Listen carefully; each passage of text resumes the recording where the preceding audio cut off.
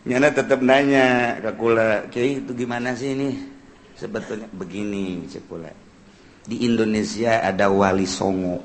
Sekarang jadi 10 dengan Gus Dur. Seri nyana. Tidak songo lagi sekarang. Jadi ada wali. Wali-wali itu jangan dikira mati. Wali itu jangan dikira meninggal, wafat, tidak mati.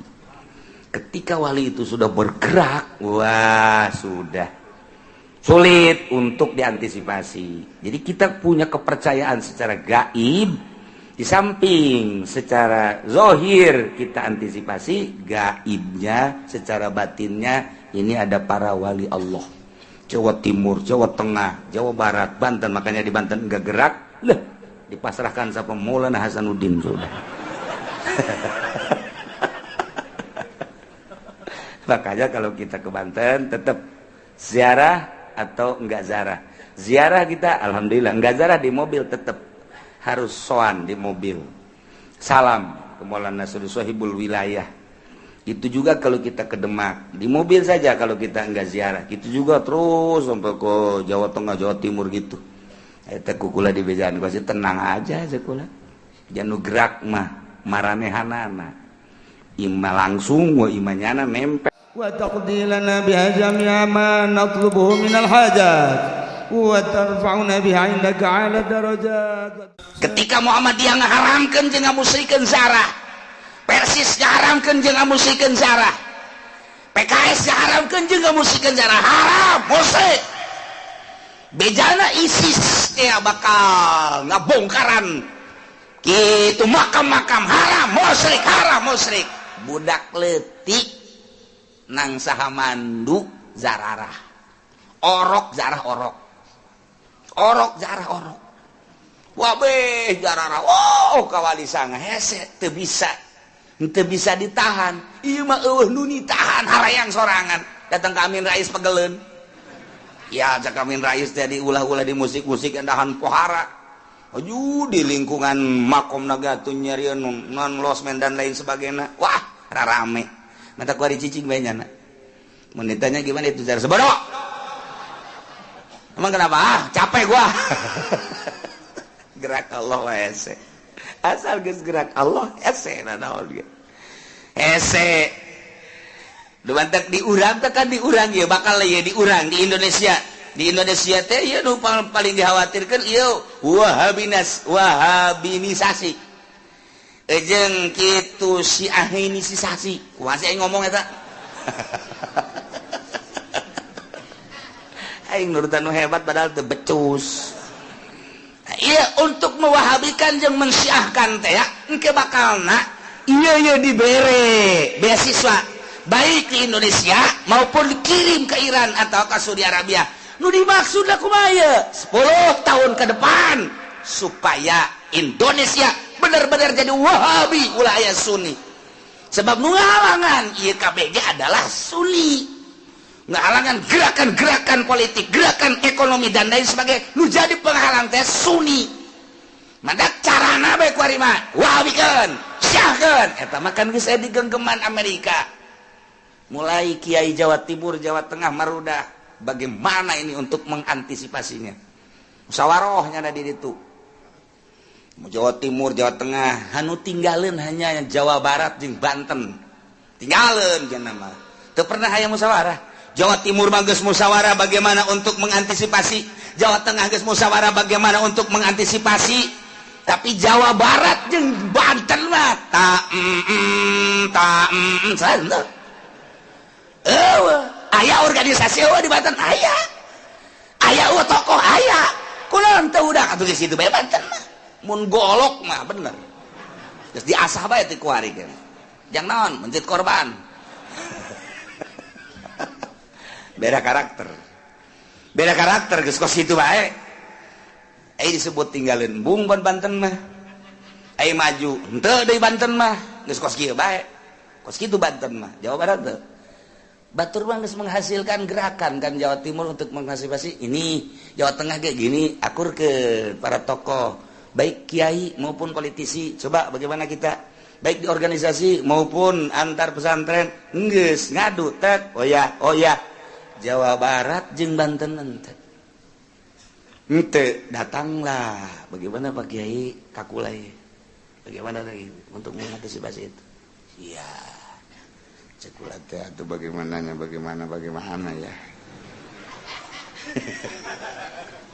tidak menurut Pak Kiai bagaimana saya sih nggak punya pendapat nah terus bagaimana kalau nanti udah terjadi kan orang tuh bisa kumaha Allah kan tuh bisa itu kan lain jawaban tuh nyana lah mengharapkan lain umur kurang dijawab bagaimana Allah saja tuh nyana pas gitu mah tuh lain rasional ngaran dan kukula dijawab gitu baik sudah berapa tahun Muhammadiyah bergerak untuk memuhammadiyahkan bangsa Indonesia sudah berapa tahun dan bukan tidak dimodali itu yang namanya persib untuk mempersibkan Indonesia kucuran dana dari Saudi Arabia melalui LC keluaran dari Madinah dan Misro kurang bagaimana tetapi tetap aja karakter bangsa Indonesia Jawa Timur, Jawa Tengah dan Jawa Barat Banten tetap karakternya tidak bisa berubah geus kebal jasa kan Muhammadiyah teh aya dikirim jangan wahabikeun tetep bae kita ulah kunut enahan laluhur ya sapan kunut kieu kita ulah usoli ku Muhammadiyah enahan geleger-geleger usoli uyangan Muhammadiyah uyangan jageuna tuh nu usoli ulah gandeng teuing ke aing kasinggung jakeuna henteu usoli komo guru kula di Banjar mengaran almarhum majengan mumu gandengnya senyana mah usolli fardhu zuhri usolli cak anak mah patas berangkat budak usolli atuh kajeun anak mah ieu tah mah atuh oh mantep jasa guys hese dek dirobah teh ya jarang lu jadi Muhammadiyah jarang jadi walah malah Muhammadiyah jadi NU atau jadi Sunni kuari dek coba-coba abang tadi 50 jil modalan teteh sabarahat miliar atau triliun Nurholis Majid geus dikirim ka dieu ulil absor ulil albab jeung uli-uli jeung sajana tak apa dikirim ndek ngaliberal ke datang ka dieu urang jadi tontonan doang cara gue bingung Amerika guys di Indonesia kumaha cek cenah dikirim tokoh anu luar biasa Nurholis Majid mah teu kira-kira kapan eta mah boga mitohana ge teu bapana itu Mustofa Bisri lain lalagan bentah mah pohara jasa 50 jil turun ke Indonesia jadi tontonan Muhammadiyah iya diurang lain saya tikan Muhammadiyah lain di ditu di kesempatan ka ditu naon gerah gintung di ditu na menes atuh tiba heula pan sakikieu na bae geus bae tah tetep hese tah diurang teh nah nyana tetep nanya ka kula Kiai itu gimana sih ini sebetulnya begini cek kula di Indonesia ada Wali Songo sekarang jadi 10 dengan Gus Dur serinya tidak songo lagi sekarang jadi ada wali itu jangan dikira mati wali itu jangan dikira meninggal wafat tidak mati ketika wali itu sudah bergerak wah sudah sulit untuk diantisipasi. Jadi kita punya kepercayaan secara gaib, di samping secara zohir kita antisipasi, gaibnya secara batinnya ini ada para wali Allah. Jawa Timur, Jawa Tengah, Jawa Barat, Banten, makanya di Banten enggak gerak, lah dipasrahkan sama Maulana Hasanuddin sudah. Makanya kalau kita ke Banten tetap ziarah atau enggak ziarah kita alhamdulillah, enggak ziarah di mobil tetap harus soan di mobil salam Maulana Sohibul Wilayah. Itu juga kalau kita ke Demak, di mobil saja kalau kita enggak ziarah. Gitu juga terus sampai ke Jawa Tengah, Jawa Timur gitu. Eta kukula di bejaan pasti tenang aja kula. Jangan gerak mah maranehanana. Ima langsung wa imanyana nempel ke urang kasurupan wali. Ya tuh masalah. Kadang-kadang kasurupan batur mah kasurupan ku jurig, urang mah kasurupan wali engke. Tuh, amin di mana puas naon teu.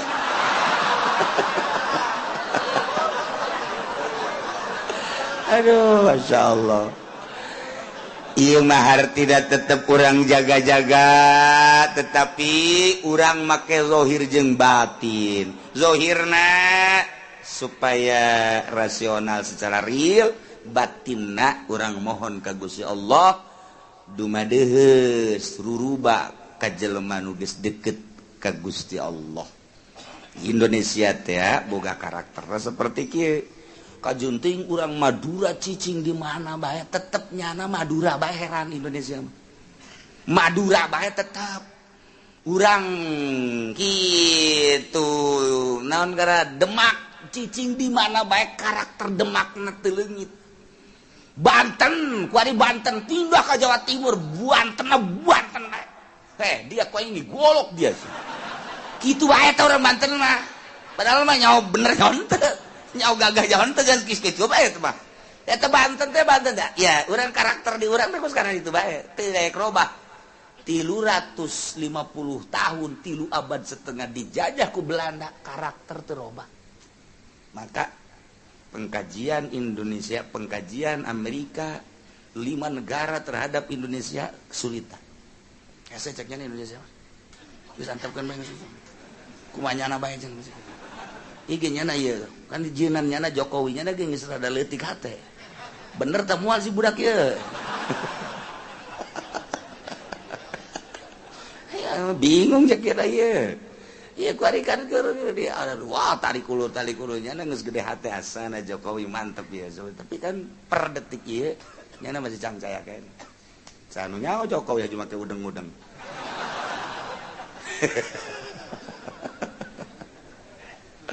Jangan percaya, aduh Gusti, asa Indonesia. Kuari gika daya langkah-langkah baru numantak ditarik kembali ke DPR, urang mah teu nyaho. Nah, ieu tah untuk mengantisipasi dan lain sebagainya. Urang mah teu nyaho rahasia negara eta mah, tarik kembali. Lantaran wah ini. Wah, gitu. Dah, pokoknya tenang aja. Beres dah. Sing hade cek Gusti Allah ulah datang ka goda baheula teh urang Arab di mana-mana tawaf di Baitullah teh nyana sataranjang teu make calana. Lamun lalaki diaturna tawafna ti beurang, lamun awewe tawafna ti peuting tetep da teh teu make calana sataranjang tawaf teh. Dengan alasan ceknya na ieu Baitullah teh batu anu mulya menang ti Gusti Allah, menang ti sorga nang Gusti Allah.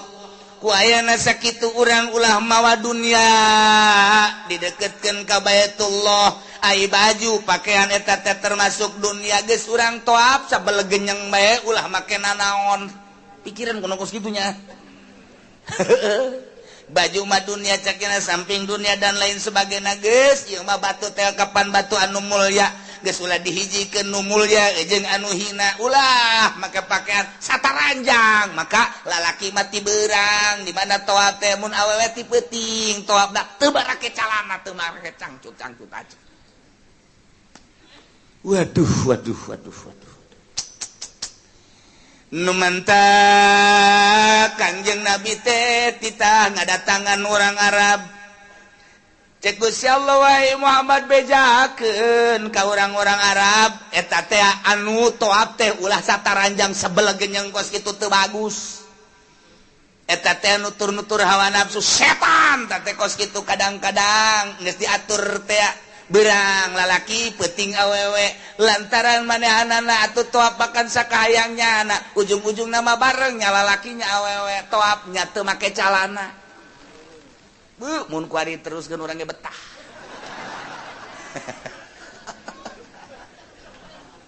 betah teh lantaran gua mah kapan rapat jasa lamun toab teu make calana misalna ye misal nya rapet jasa asal ulah urang takroni bae nu deukeut urang ulah negro gitu tapi tetep bae urang sataranjang aya jeung nu hideung mah amper teu naek aduh iyalah ketika digenggerekeun ku Kangjeng Nabi titah ulah sataranjang hiji nomor kadua sehari-harina urang Arab teh make bajuna teh ieu mun awewe kadele pingpingna mun lalaki sakahayang baheula teh kos kitu pakaian urang Arab teh lamun lawewe teh make kitu baju dibelah dadana kadele ngagayot. Masya Allah meren kuarimun urang nyiptakeun urang Arab baheula tah waktu memeh turun ayat ieu tarolah urang nyiptakeun neuleum model di Hollywood. Emang Hollywood di mana kiai? Cikupa. Tadi Citra tah kabelah ditu Hollywood. Lamun urang ningali pakaian orang-orang nu aya di Hollywood ya kapan sagede naon maka di cek urang mah dipake-pake teuing atuh sapira tali doang. Sapira tali doang di dia dihadap tali di luhur tali doang. Masya Allah di dalam kuki haji orang Cikupa aja terkicep-kicep ayo jerona mah tapakur Masya Allah tapi terkicep lah iya ya haji bloon gitu nah iya wa idza fa'alu fahishatan qalu wajadna 'alaiha aba'ana wallahu amarna biha wallahu alam bimuradi wa idza fa'alu di mana-mana manehanana migawe yakni alladzina la yu'minun jelema nu teu iman ka Gusti Allah bangsa kapirin musyrikin jeung munafikin migawe pahisatan kana kagolengan kajahatan kitu naon kamaksiatan kekejian model kasyirki wa tuapi model syirik jeung tuap di Baitullah uratan sataranjang qaili nanya ngomong lana tu pupisia bin asainallah api kami mamu tuap teh tuap di itu make pakaian anu maksiat ka Gusti Allah ja gabit kami teh dititah ku Gusti Allah nage tuap teh ulah make pakaian mentek dilarang lah ku Kangjeng Nabi. Wahai para masyarakat, wahai para jamaah ayyuhallab, coba cek Kangjeng Nabi makalah aturan-aturan anu sesuai jeung aturan Khaliq. Ulah sampai ulutudan seperti kieu dada ditembong-tembong buah dadana pingping ditembong-tembong buah pingpingna pakaian lah nu rapi komo keur toab sehari-hari ge coba nu rapi dinasehatan ku Kangjeng Nabi sesuai jeung aturan Allah nu diturunkeun ku Gusti Allah ka Kangjeng Nabi Muhammad sallallahu alaihi wasallam nu rapi beretika ngomongna kumaha qalu cek urang Arab ye man ngomong teh sok sangeunana bae ye kami nu matak berpakaian kieu teh wajadna alaiha abana ieu teh turunan ti bapa moyang kami bapa urang mak urang baheula kieu karakter bangsa teh kos kieu geus kami teh nurutan kajen kumaha ge budaya ieu mah budaya man ulah sok dileungitkeun budaya Arab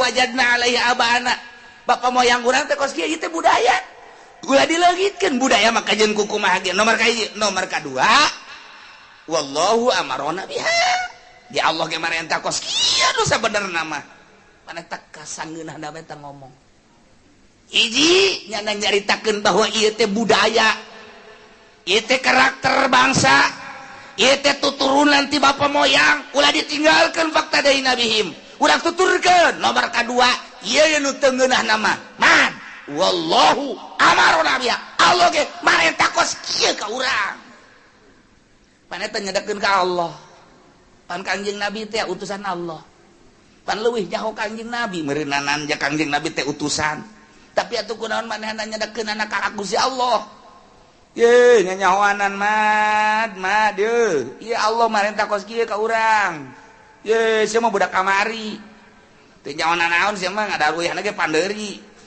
tuh ka uyah pantungtung nama aduh ta ieu wajadna 'alaiha abaana wallahu amarona biha dua nyana jawabanana hiji urang teh ieu tuturunan ti bapa moyang ieu teh budaya Arab ulah ditinggalkeun tuturkeun nomor kadua memang Allah marentah tidak ieu geus masyaallah kuari urang lamun nyaritakeun budaya-budaya di urangan henteu ditinggalkeun pohara jasa geus puguh budaya Bali geus puguh budaya Jawa geus puguh budaya-budaya Jawa Barat urang lamun neuleuh budaya-budaya berpakaian bae heulanan di Bali mah kan kos kitu lamun urang ningali Jawa Timur budayana kos kitu Jawa Tengah budayana kos kitu urang ka dieu ka Jawa Barat lamun di Jawa Barat deuleu coba budaya Bandung parahyangan nu sok disebut make kabaya teh baju kabayana pancarang di dieuna kan terbuka sakieu buukna ka dieu make konde bukan ditambahan ku daun cau bulat belit eta budaya parahyangan eta kos kitu urang lempang deui ka dieu ka Karawang pohara jasa urang Karawang mah terus datang deui ka dieu ka Subang eta budaya parahyangan ka dieu ka Karawang kos karari itu tah mun ditanya euy budak Karawang ieu mah tuturunan ti bapa moyang urang ulah ditinggalkeun sia masuk macem-macem bae eta lamun deuk hajat teh juk ka ditu make lisong make naon teh karana aju digantungkeun teh ancak eta budaya tutukeun ngaranna ulah sok disapirakeun lantaran ieu hajatan kabehan cenah lain manusia bae jin ge milu hajat geus juri ku urang kitu kudu di suguh cenah lantaran lamun nyana teu disuguh engke datang ka dieu tungtung nama engke bararau ke kabeh ge nyana kumaha lamun milu dahar jeung urang pannyana mah lain deui alamna engke sayur dituel ku nyana sangu dituel ku nyana engke barariye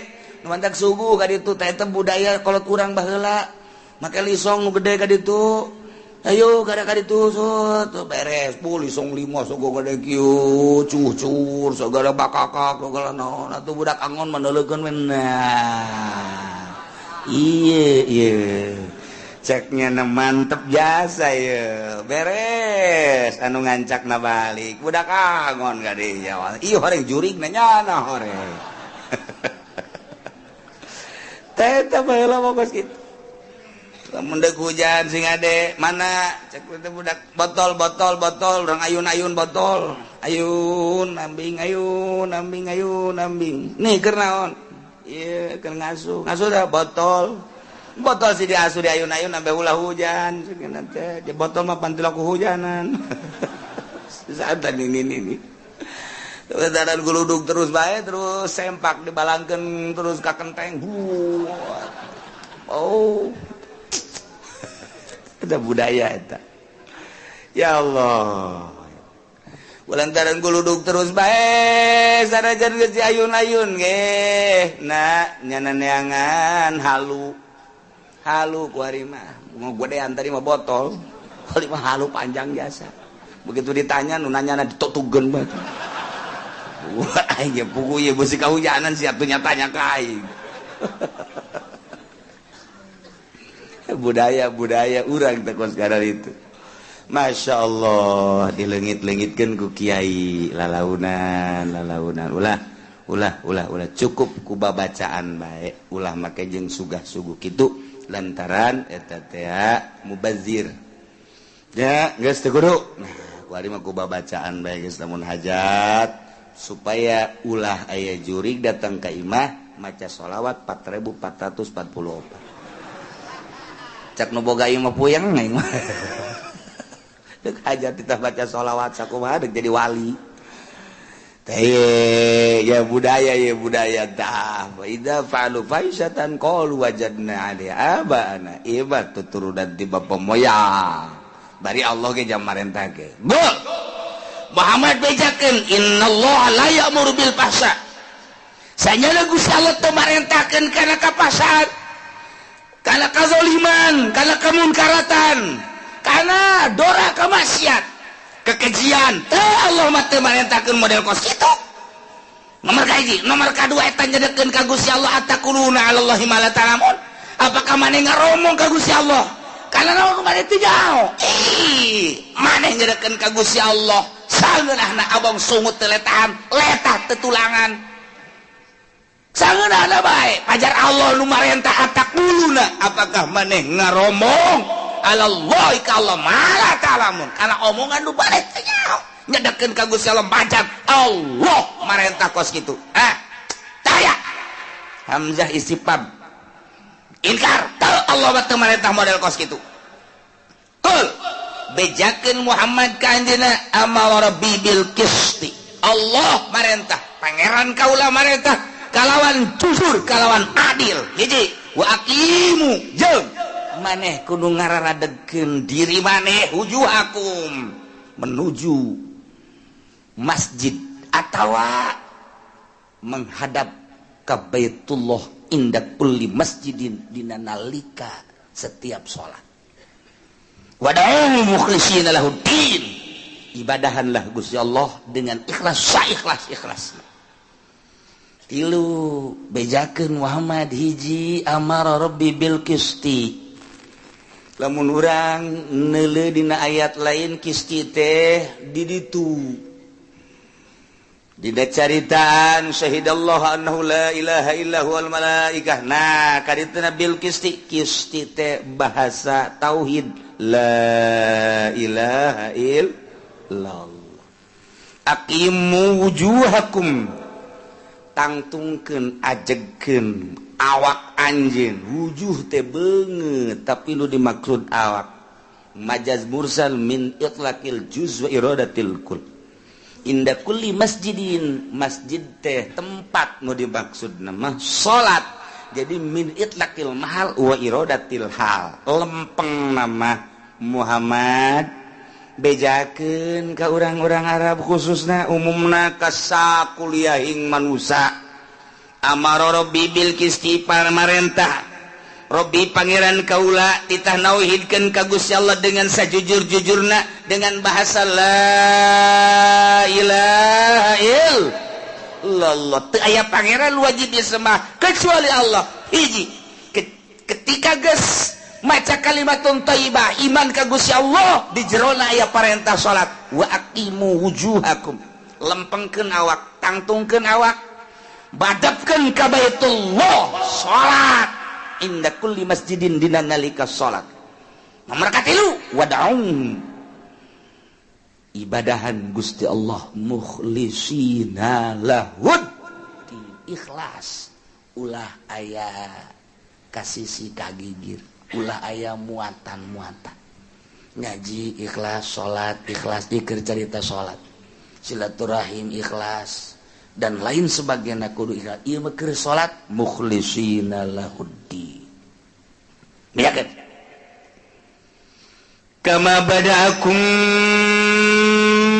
ta'udun sakumaha maneh diciptakeun ku Gusti Allah tatadina walam takunu sayan teu aya urang kabehan eueuh aranjeun kabehan wahai urang Arab teu aya ku Allah diciptakeun aya haji hirup sanggeus sahirup diurus ku Gusti Allah ta'udun kepae bakal dibalikeun deui ku Gusti Allah hirup deui gampangeun Allah deuk kahirupkeun boro-boro anu geus aya kemudian dihirupkeun deui cacak-cacak nu tatadina urang diayakeun dihirupan Allah maha kawasa komo ieu mah geus aya pae dihirupan deui babarieun jasa Gusti Allah mah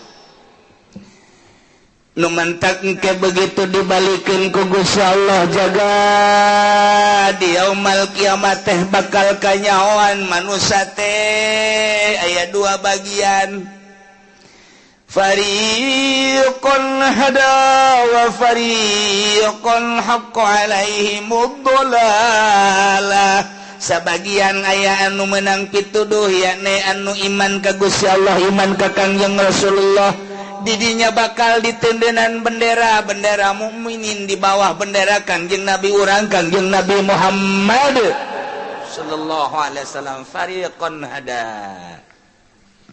Nomor kedua wa fariqun haqqo alaihi dhalalah. Sabagian deui anu nyata-nyata kasasaranana yakni dhalalah teu iman ka Gusti Allah di bawah bendera para kafirin, bendera Fir'aun, bendera Namrud, bendera Abu Jahal bakal berkibar ke di ditu, termasuk bangsa bendera-bendera mali caritakeun nu koneng aya nu beureum aya.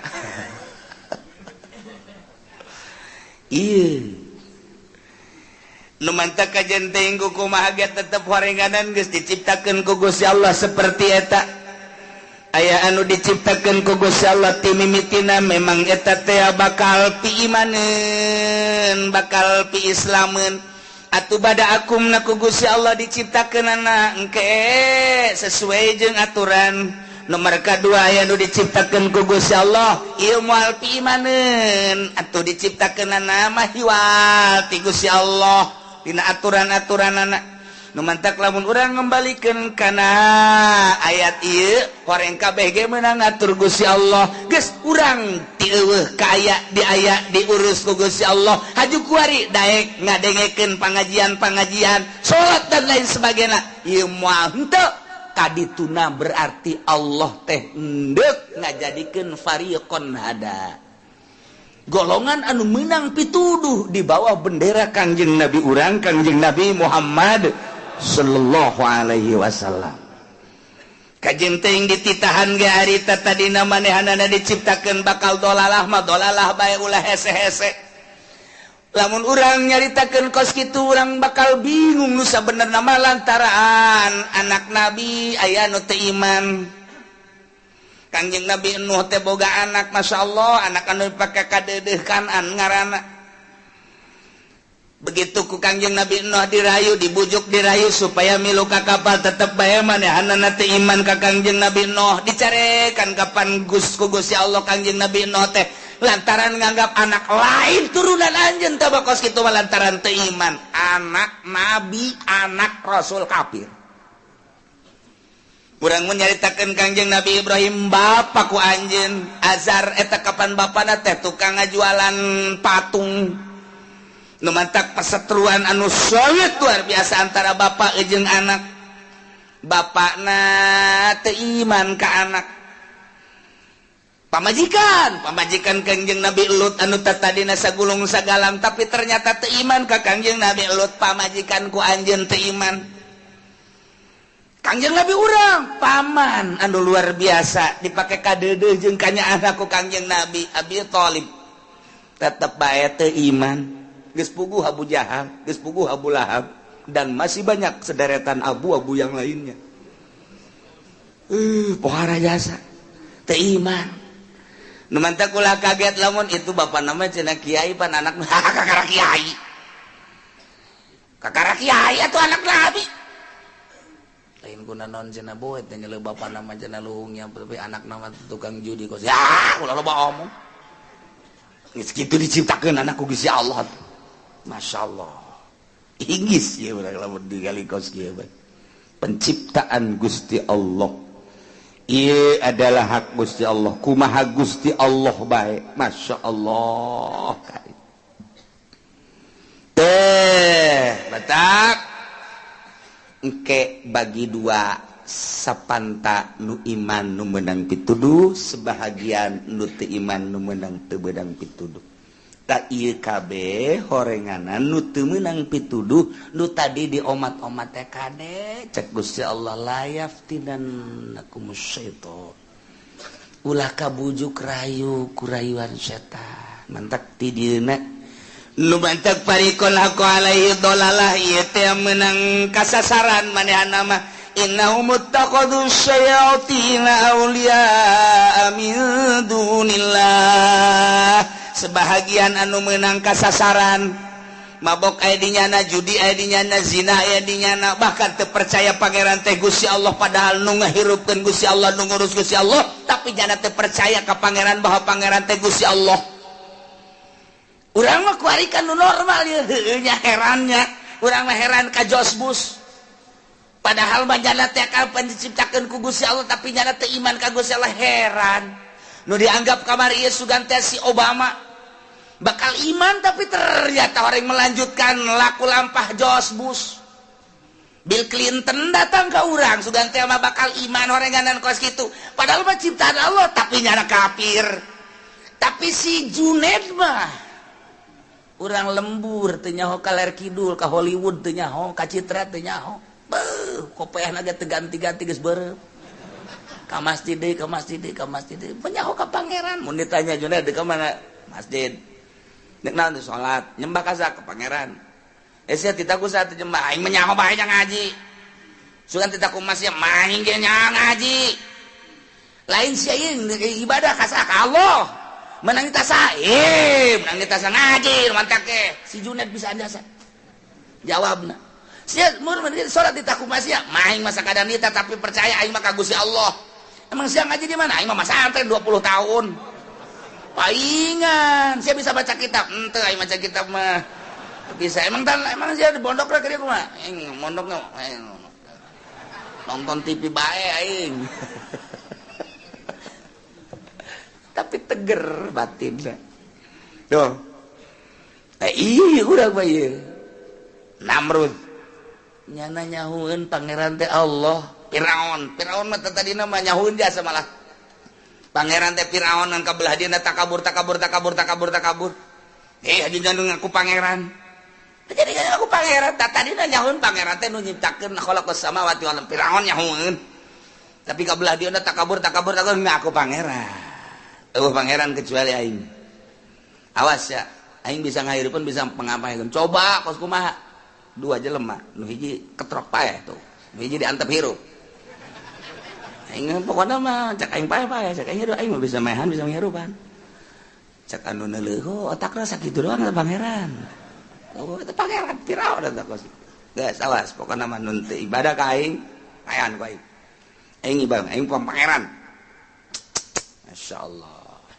Aya nu ngomong apa pangeran sok ngising lalu ngomong besi ditanyakeun doang ai pangeran keur kumaha tuh keur ka WC urang boga pangeran ngising teresepan tapi kan Firaun ngising Namrud ngising nya pangeran ngising tapi tetep aja aku pangeran. Masya Allah. Innahum muttakhadus syayatin. Nu bantak nyana ieu sasar lantaran nyana berkoalisi jeung setan. Jeung setan ittaqadus syayatin. Musyawarah nyana jeung setan. Dipilih bendera koneng ya. Berem ya. Mana deui? Tuh cak sia teh mata. Iya ittaqadus syayatin auliya min dunillah haju wa yahsabuna annahum muhtadun. Nyana boga sangka bahwa nyana teh ieu menang pituduh. Teu karasa bahwa nyana di jero kakafiran teh pajar teh bener. Teu ngarasa di jero kamusikan teh pajar teh bener. Boga rasa bener bae. Nah ieu gara-gara setan. Nu mantak sing hade. Di awal lagi awas setan. Mantak ka dieu na ge ieu nu mantak kabagi dua lantaran ieu jelema teh terjerumus ku gangguan setan, ku ajakan setan. Urang sing teger ku ari. Antar ka mana ye? Cek cilongok neuk naon? Ngaji. Keke tungguan. Tungguan. Ieu mana?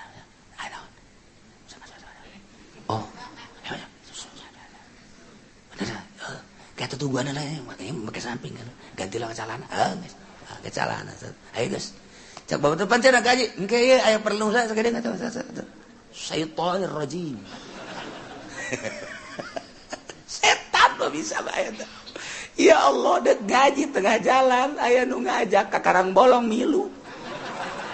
Boh, udah kira-kira dek ngaji dek gaji aya nu ngajak bisnis milu kadananku kieu mah aing ieu sapopoe dagang bae dek dieureunkeun ku aing sakedeung sejenak aing ti isuk datang ka dohor jang ka akhirat ceuli aing dek dieusian ku ayat-ayat suci Al-Qur'anul Karim mata aing dek dieusian ku ayat-ayat suci Al-Qur'anul Karim hate aing dek dieusian ku ayat-ayat suci Al-Qur'anul Karim ieu teh ti Senin Salasa Rebo Kamis Jumat Sabtu terus bae desian ku dunia be dikunci ku aing sia toko geus pokona mah datang kantor aing ngaji tak kadanan ku kitu jelema model salat teh modal salat ulah haju HP di bawah HP ku aing sia deuk diteundeun heula sakedeung aing saparapat menit ku aing parapat jam leutik teh saparapat menit mah saparapat jam aing pepegatan jeung sia ulah sok neng-nong sia heula tenden kurang di imah ulah dibawa ke masjid ulah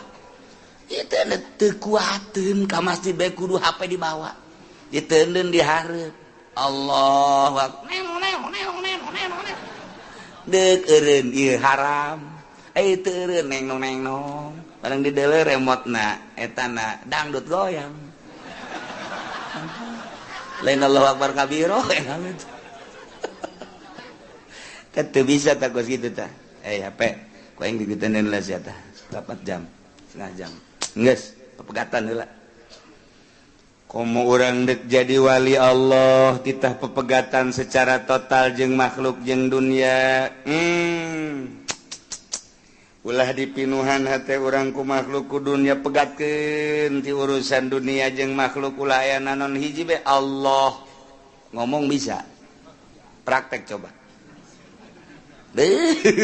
jasa nu mantap pikih mah ku urang teh bisa diperdebatkan usul pikih bisa diperdebatkan politik bisa diperdebatkan ekonomi bisa diperdebatkan budaya bisa didiskusikan dan lain sebagainya hiji ilmu tasawuf anu jelema suluk geus boga rasa moal bisa didebatkeun hese sebab naon perasaan geus pindah asa deket jeung Gusti Allah moal bisa didebatkeun moal bisa didiskusikeun hanya perasaan jeung Gusti Allah asa ngadenge asa didengekeun ku Gusti Allah asa dideuleukeun ku Gusti Allah asa neuleuk ka Gusti Allah keindahan anu hese nyaritakeunana beungeunahkeun biasa pokona mah deuk beurang deuk peuting teh terasa aya Gusti Allah teh mun nyaritakeun terasa aya teh kapan perasaan wa nahnu aqrabu ilaihi min hablil warid Allah teh leuwih deukeut tibatan tulang tibatan urat ganggerong eta teh lain carita tapi na karasa nu mantak teu bisa didebatkeun mantak hikam mah nyaritakeun teh eta teh nyaritakeun rasa jeung berbagai-bagai kitab-kitab sufi mantak beda-beda caritaan sufi mah lantaran manehanana teh keur aya dina sama Allah karasana keur aya dina ilmu Allah karasana keur aya dina korbu Allah karasana dan lain sebagainya engke ahli sufi jeung ahli sufi ngobrol padahal sarua pada jadi wali Allah ngan nyana teu bisa ngungkapkeun sebab naon perasaan beda-beda ngan aku rasa deukeut da jeung Gusti Allah naon eta eueuh makhluk kan di jero di jero hate eueuh makhluk eueuh dunia urang cicing di dunia tapi urang teu berpikir kana dunia urang cicing jeung manusia tapi urang teu boga pikiran jeung manusia jeung Allah kakarat geus ti dieu mah bakal dibere ngeunah ibadah ka Gusti Allah tah kadanan ku kos kitu mah heulanana ieu ulah-ulah atuh geuning setan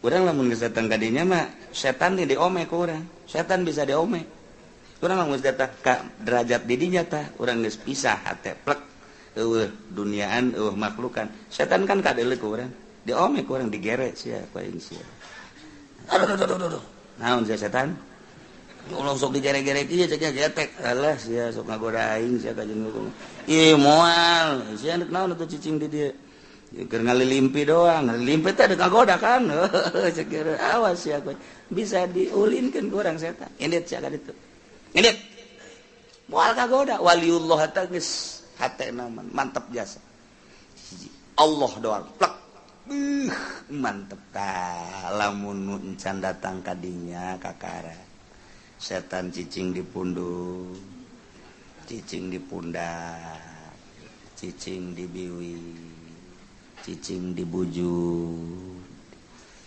lamun awewe malolobana cicingna tadi dia tadi bool jeung disusu jadi lamun awewe leumpang teh sanajan eueuh susuan kaduna gede bae eta setan susuna gede amatnya cek setan Haji Junet yeuh padahal panjenengan teu ngagemblok teh naon leumpangna tapi kaduluna waduh epok cendol parah tah setan teh kos kitu ya Allah ya Rabbina iya sih hade bisikan-bisikan setan sing hade urang moal kebeli hirup mantak kaya ieu mantaknya na aya fariqan haqqa alaihi dhalal innahum ittakhadhu syayatina awliya min dunillah nyana ngajadikeun setan sebagai kekasih sebagai sekutu sebagai babaturan nyana berkoalisi lah jeung setan sehingga nyana ieu bisikan-bisikan setanna per detik per menit kumaha cak setan bae lamun waliullah mah kumaha cak Allah ilham ngaranna ke dek naon nunggu ilham ti Gusti Allah dek naon nunggu ilham ti Gusti Allah langsung komunikasi waliullah mah jeung Gusti Allah ainya nama langsung komunikasina jeung syaitonir rajim jeung setan-setan ta ieu sing hade sakumaha ti awal geus dicaritakeun setan na ieu ulah kagoda ku setan sakumaha bapak moyang anjeun ieu geus sing hade ente ulah kagoda ku setan naudzubillah datang kaluar tina hak keluar tina kabenaran yakni datang ka murtad man naudzubillah min dzalik wa min dzalik jaga baik-baik sing hade nah ieulah nu pertama baheula Kanjeng Nabi titah ngabebener budaya Arab titah ngabebener karakter Arab supaya sesuai jeung Al-Qur'anul Karim khususna ka urang Arab umumna ka urang kabehan tinggal urang kuari introspeksi diri hati-hati lalaunan sebab urang hirup kuarik ngaler kidul ngetan ngulon dek nungguan ajal doa kuari poe minggu urang poe Sabtu insyaallah lebaran minggu na libur tah minggu libur minggu Senin Selasa Rabu Kemis malam Jumat haul ibu malam Jumat nata malam Jumat sekali deh lebaran orang Sabtu poe minggu na libur tah minggu Senin Selasa Rabu Kamis Jumat tah malam Jumat eta nu henteu ka mamana nu henteu boga pagawean na ieu insyaallah haul ibu di dieu sakumaha biasa ya eta malam mana mingguna berikutna urang ngaji deui sakumaha biasa wallahu a'lam